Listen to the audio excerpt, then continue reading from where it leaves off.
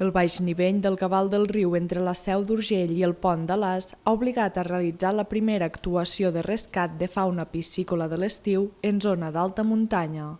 La captació dels peixos es fa amb un equip de pesca elèctrica que realitza petites descàrregues per recollir-los amb el salabre i posar-los en dipòsits amb sistema d'oxigenació permanent.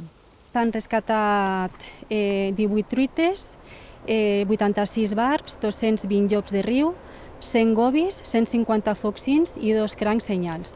Llavors, el que són truites, barb i llop s'alliberaran aquí al Pont d'Alàs, que tenim una toia que serà impossible, que no s'assecarà, i la resta d'espècies exòtiques se sacrificaran segons la normativa vigent i s'eliminaran com a residu orgànic.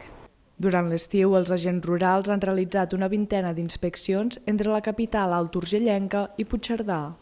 En total s'han aixecat 5 actes per superar el cabal establert en la concessió d'aigua, entre aquestes una central hidroelèctrica.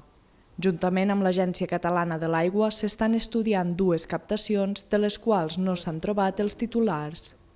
Des del cos recorden que és habitual que el riu Segre pateixi episodis d'estrès hídric a l'estiu, deguts a l'augment de l'aigua pel reg que suma a les captacions hidroelèctriques.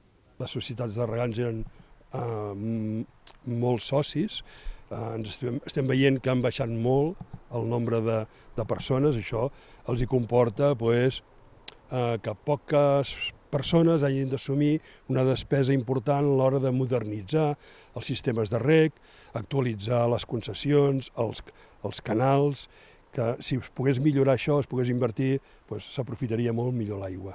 L'actuació d'aquest dimarts ha finalitzat amb l'alliberament dels peixos al Pont d'Alàs. L'acció ha estat realitzada pel Servei de Pesca Continental del Departament d'Acció Climàtica en col·laboració amb entitats com Forestal Catalana, l'Agència Catalana de l'Aigua, agents rurals i altres serveis del departament.